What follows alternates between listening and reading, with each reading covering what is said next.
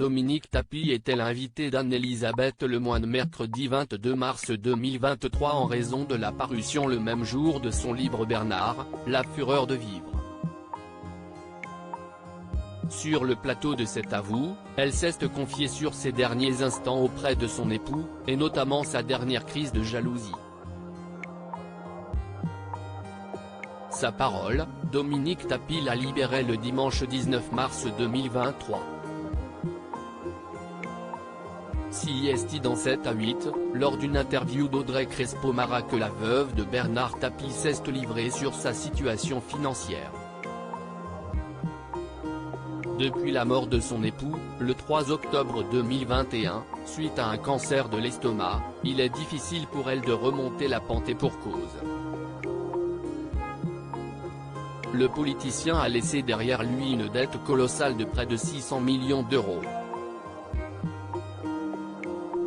Dominique Tapie est donc chargé de rembourser cette somme et a ainsi dû quitter son hôtel particulier, patrimoine qui faisait partie de l'histoire de la famille depuis 35 ans. Pour vivre, Dominique Tapie perçoit la retraite de son époux, ancien député. Cela équivaut à pas grand-chose, expliquait-elle sur TF1. Je dois avoir 300 €. J'ai la seule retraite de Bernard, c'est sa retraite de député.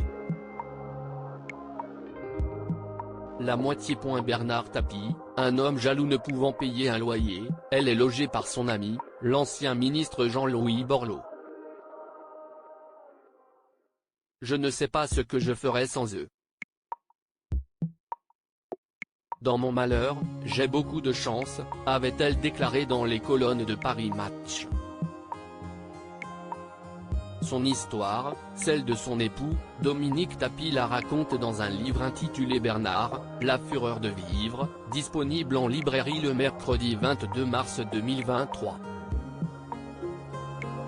À cette occasion, elle était l'invitée d'Anne-Elisabeth Lemoine dans l'émission C'est à vous.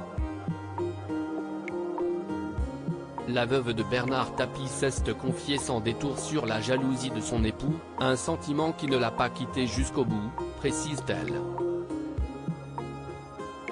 Il a fait une scène au médecin une semaine avant de partir.